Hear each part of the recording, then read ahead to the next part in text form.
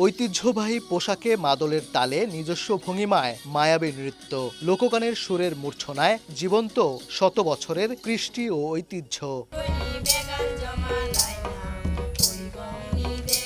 প্রজন্ম থেকে প্রজন্মে বয়ে চলা ক্ষুদ্র নৃগোষ্ঠীদের এই সমৃদ্ধ সংস্কৃতিকে বাঁচিয়ে রাখতে ময়মনসিংহের সীমান্তবর্তী উপজেলা হালুয়াঘাটে গড়ে তোলা হয়েছিল এই সাংস্কৃতিক একাডেমি। কিন্তু উদ্বোধনের ৮ বছর পরও চালু হয়নি একাডেমিক কার্যক্রম। রক্ষণাবেক্ষণের অভাবে ভবনের বিভিন্ন স্থানে জমেছে ধুলা, নষ্ট হচ্ছে সাংস্কৃতিক সরঞ্জাম, তালাবদ্ধ আছে ৫০০ আসনের আধুনিক মিলনায়তন। আগাছায় ঘেরা ভবনটি যেন ধীরে ধীরে পরিণত হচ্ছে পরিত্যক্ত স্থাপনায়। ক্ষুদ্র জাতি নৃগোষ্ঠীর যে কালচারাল অ্যাক্টিভিটিসটা এখানে চলমান থাকার কথা, এখন পর্যন্ত এটার কার্যক্রম শুরুই হয় নাই। এটা হইলে পরে অনেক কলাকুশলী বা শিল্পী বা অন্যান্য যারা আছে তাদের এই কর্মসংস্থান হইতো। সংস্কৃতি চর্চার জন্যে, তার বিকাশের জন্যে বা প্রকাশের জন্যে যেটা করা হইল, এটা তো নাম কাওয়াস্তে মাত্র।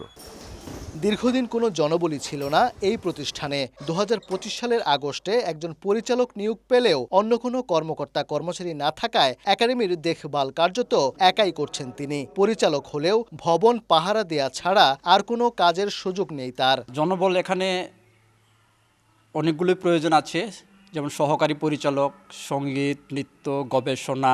লোকজন থাকলে পরে অফিস সুন্দর এবং সুস্থভাবে সম্পাদন করা সম্ভব হবে।